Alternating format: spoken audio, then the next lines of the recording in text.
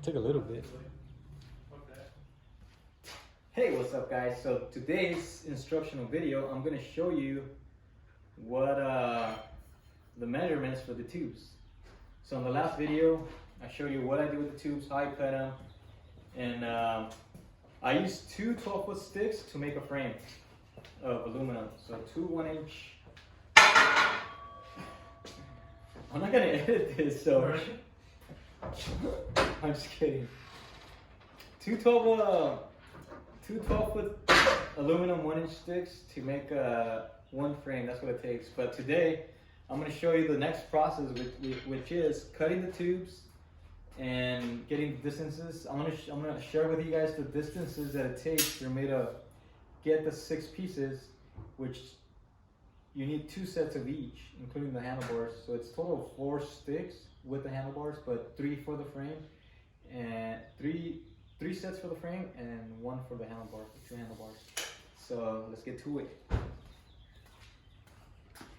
So here I'm gonna zoom in to the tubes, and I already have a frame and the jig, so I'll show you guys what happens after this. Hey Val, wanna be my camera guy? Wanna hold the phone? So I could show all my viewers the measurements and explain with both of my hands. You know how I'm very what do you call that? Expressive with my hands. Yeah. Here you go. All right, so we're gonna start off with tube number 1. So tube number 1, which is this one right here. This is tube number 1 right here. The top tube on both sides, they're both the same. So tube number 1 is 33 inches. So yeah, if you cut tube number 1, cut it at 33 inches. The loop for the bender is at 21 inches. And the way I have this done, the way I have the tube bender fixed, dialed in. The die, I have it way back just so I won't have to guess it and adjust it, and it's just easier for me to take out the tube. If you do end up adjusting the die, here, let me show them, because I'm more of a visual person and I rather show you guys. Yeah. So what I'm talking about is this piece right here. Watch out with that clamp.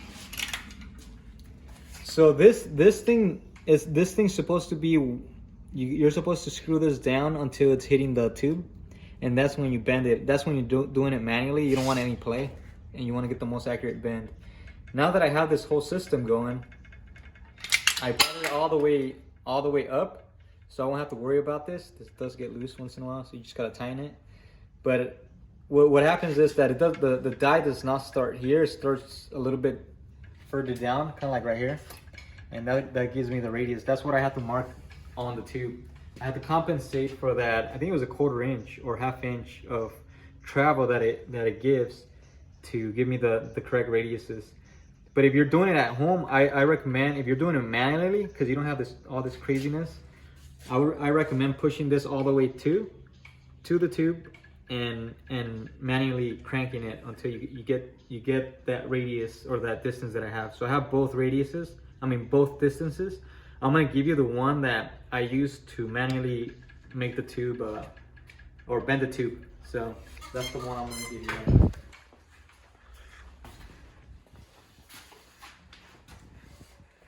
And like I said, this is the radius for my tube bender, but the very first ones that I did manually, I guess I'm gonna do from this edge, from the top, so you guys don't get confused.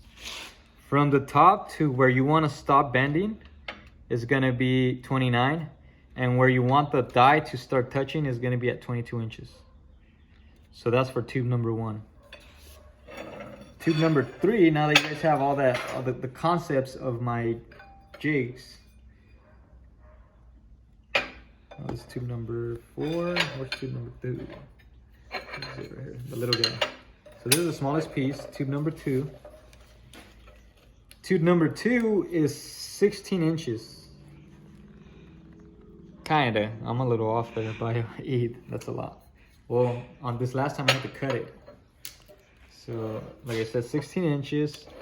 The ring on the bender needs to be at 2 and 3/4, 2 3/4. Where you want to start the die at 3 3/4, about, and then you want to roll it, or where you want to finish the die is at 13 inches. So that's tube number 2. And I did have to cut 1/2 inch off of this one, off the top end. So this end's the top, and this is the bottom end where the plate goes, where the motor's at. So this is the top face where it touches the other vertical tube. So I did have to cut a 1/4 inch off of this end, just so you know. You might have to do it. I had to do that with my bender. So I don't know if it was the bender or if it was my measuring. So tube number 3, this is the last tube. I should show you guys the tube so you guys can see which one I'm grabbing. So tube number 2, the little guy, was this guy right here. And like I said, I had to chop a little bit off of here because the 2 tubes meet at this point.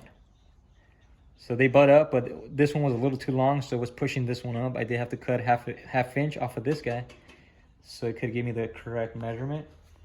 And then this one right here is going to be the last tube. This is tube number 3 right here.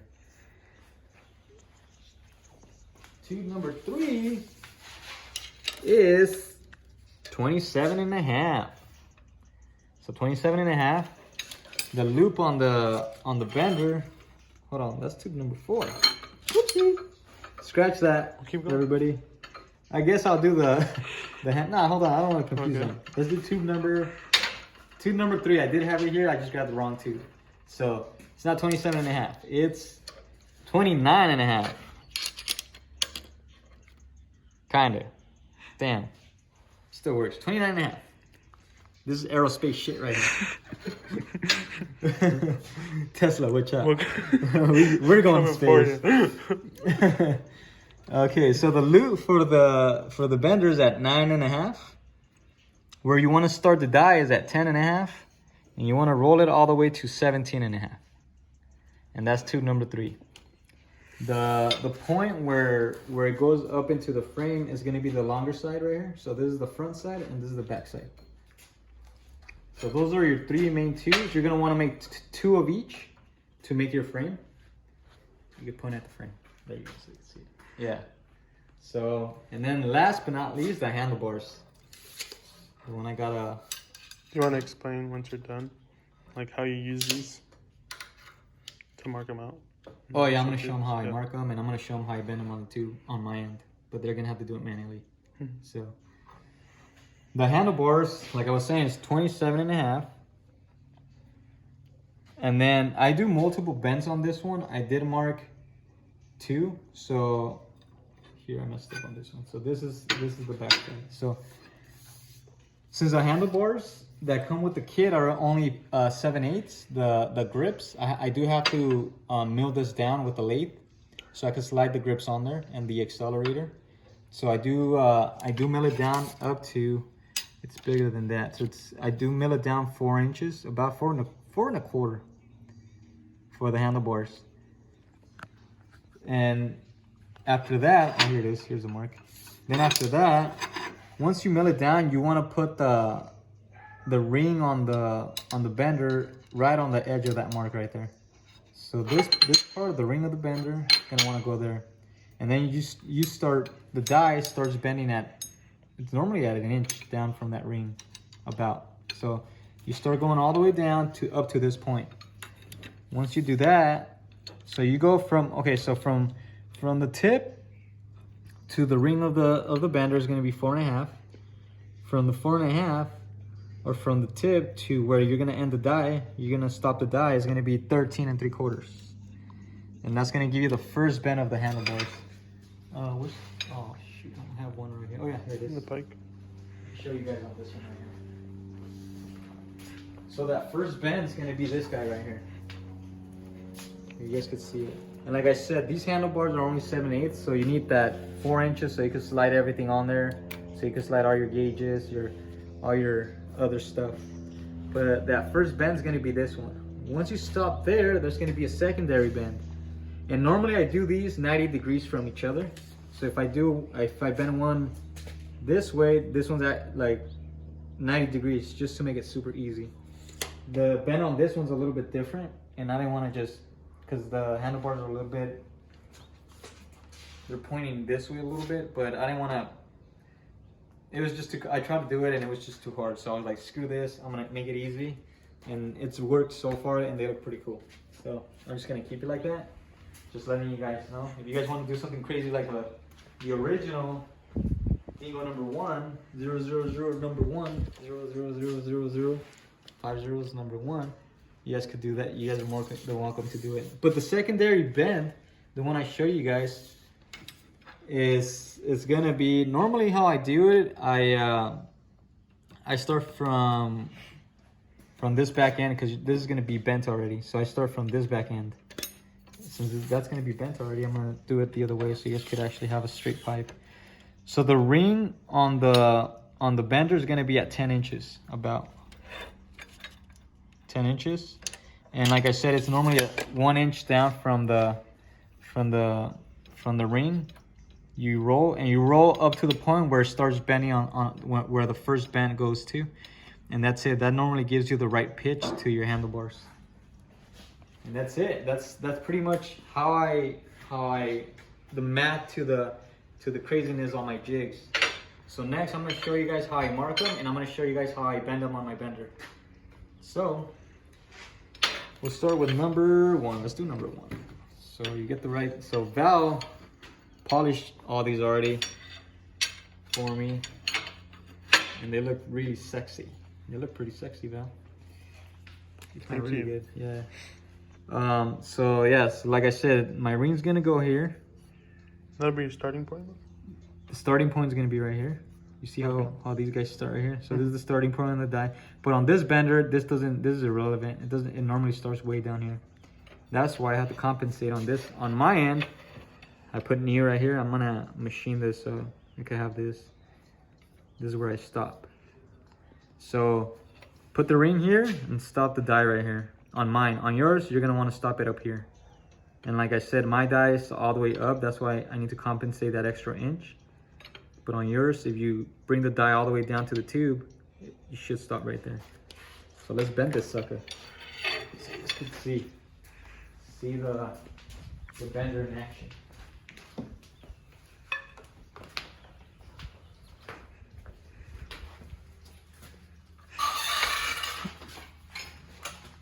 You catching anything? Yeah. Maybe remove that.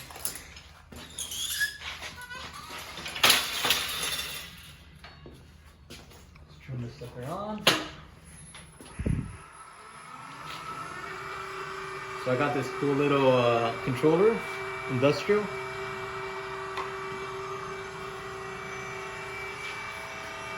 Some people say I'm a hoarder. I say I'm hoarding with a purpose. Look at that. So, like I said, there's this ring right here. You're gonna want to stop the ring about like at that point. And like I said, my die is all the way up, so it's not gonna start at that line, but it's fine. Since I already compensated for it. And then yeah, you just let it rip. The tube kind of like sets itself in the die. You're gonna be pushing this. I would say add another distance of leverage on this point. When you have the handle over there, use another tube or grab something different so you can have more leverage. The more leverage you have, the easier it is to bend. If you come over here on this side, you can just see I'm gonna stop. So I don't know if you can see the line over here. Can you see it? No. So that's where I want to stop. You're putting the center of the roller. Yeah, center of the roller. That's where you want it. Okay. You're gonna have some spring back, so I already compensated for that. Madola, yeah, I still need to go a little bit more. It wasn't directly in the center. That's it. Yep, that's it. So yeah, you're gonna have a little bit of spring back. So you, on your end, if you have the manual bender, What I like about this tool that it's consistent all the time. When I was doing it manually, since it's manually, they're gonna be different. You're gonna pull at a different rate. You're gonna be bouncing it, so some of these bends are gonna be a little bit different. You might have to kink them back. You might go a little bit over and then hook them somewhere and bring them back to the actual radius that you want. But with this, it's cool because they're consistent all the time.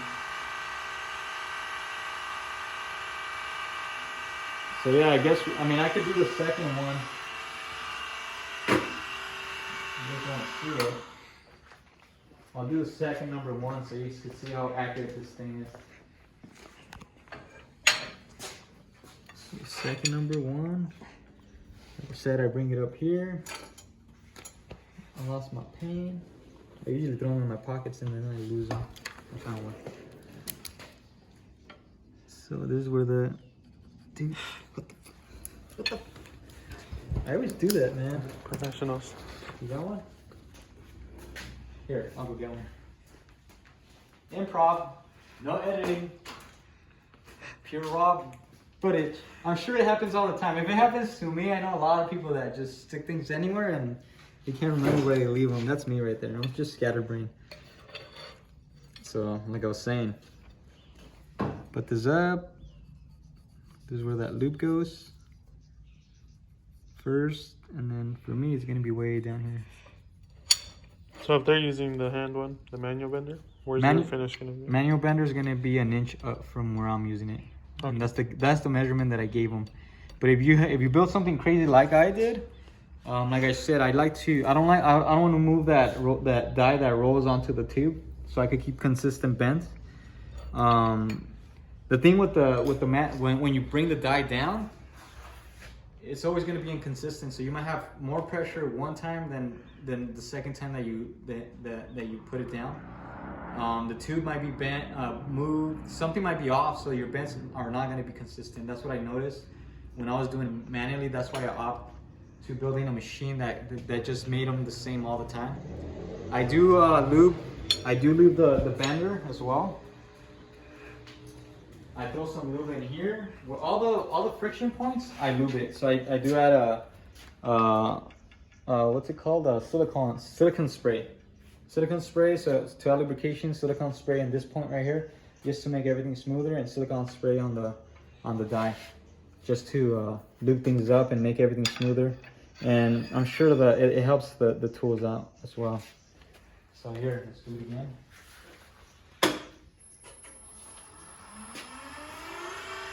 So like I said, the loop goes right on the first line. Just gotta hold it until it catches.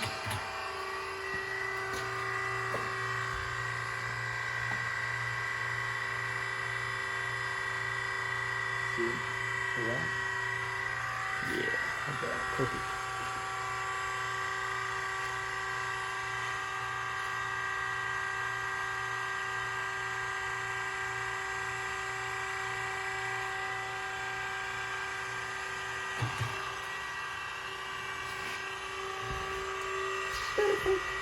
Come on, good.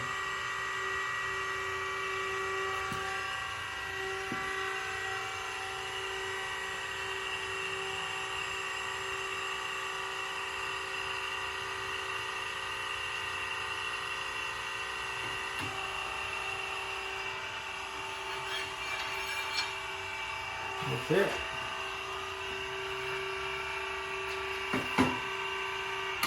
Sometimes I do have to adjust, say when I throw it on the jig, or if sometimes they're a little bit off, so, and I just throw it on the vise. This is another thing too, if you buy the manual one, find yourself something where it's solid, like a solid platform. If it's not a vise, a big table, because you are going to put a lot of strain on when you're kind of like cranking over the pipe to bend it, and you're going to need like a solid surface to hold on to your tool, so when you're cranking it, it's not gonna move. So I bolted this to the concrete, and then I used the tool right here. I had like something similar to that. That's how the tool comes. I had like a piece of a 2x2, this same tube, And I used to hold it right here, crank it in, and I would just crank it on this end of the vise and got my bends. But yeah, so this one's the same as this one. Look at that, perfect.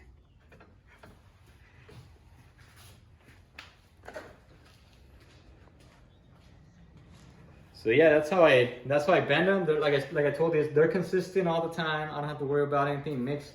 I want to make production of these things, so I want to make 100 of each. I think I already told you guys, I'm gonna make 100 of each series, and I want to keep these things consistent and perfect for 100.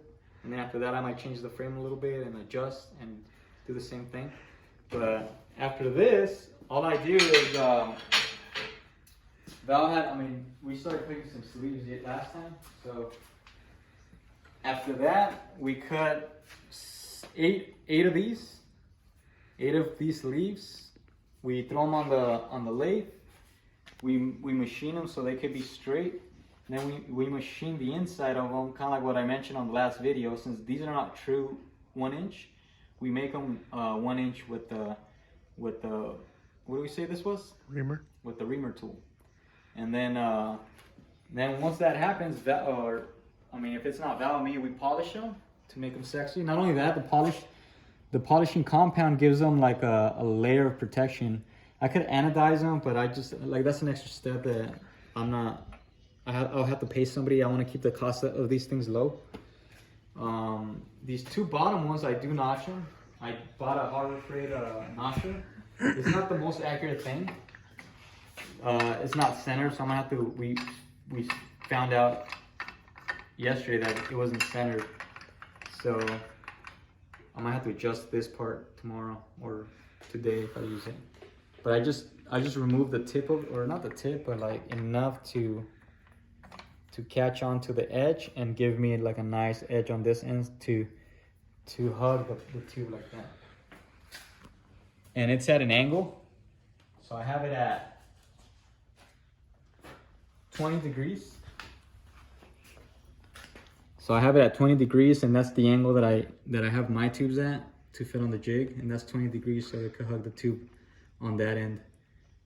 So yeah, so that's the next step to building these frames.